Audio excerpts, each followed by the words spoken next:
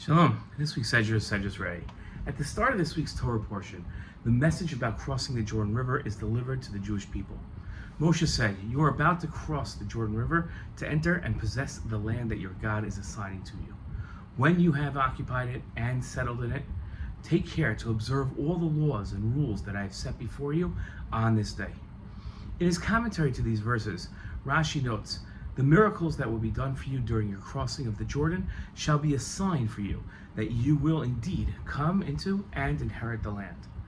Rashi's explanation is difficult to understand, for after all, how would the crossing act as a sign that we're going to be able to inherit the land? Rashi's explanation comes from our sages in the Midrash Sifri, which states the same lesson just a little differently. Instead of it says, "From your crossing the Jordan, you should know that you shall inherit the land." But our question still stands. How did the splitting of the Jordan River show the Jewish people that they would successfully conquer the land? To answer our question, it's important to understand the events surrounding the splitting of the Jordan River. We learned the following psukim in Sefer Yoshua. Yoshua said to the people, "Prepare yourselves, for tomorrow God will perform wonders in your midst." God said to Yoshua, "This day, for the first time, I will exalt you in the sight of all of Israel, so that they shall know that I will be with you as I was with Moshe."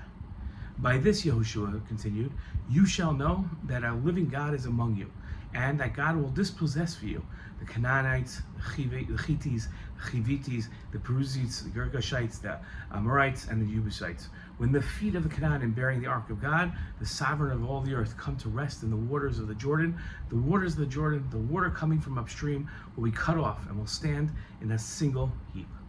Yoshua continued, "When the people set out from their encampment to cross the Jordan, the Kohanim, bearing the Ark of the Covenant, were at the head of the people. Now the Jordan keeps flowing over its entire bed throughout the harvest season.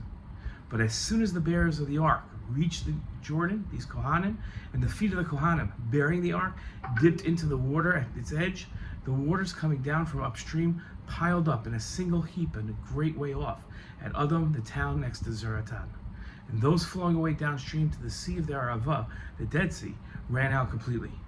So the people crossed near Yericho.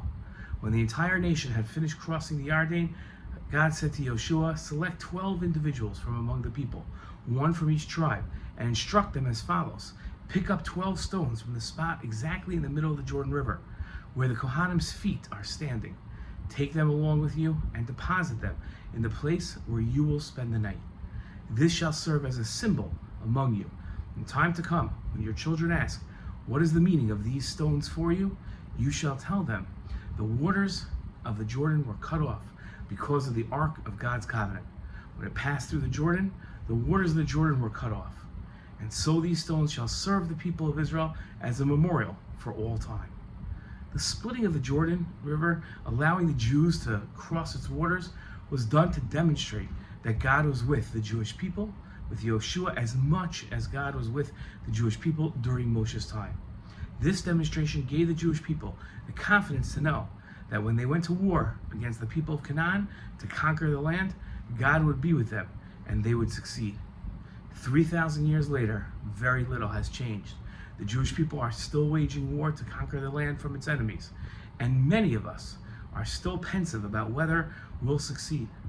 It is important to note that just as God was with the Jewish people in the times of Moshe and Yoshua, God is with the Jewish people today.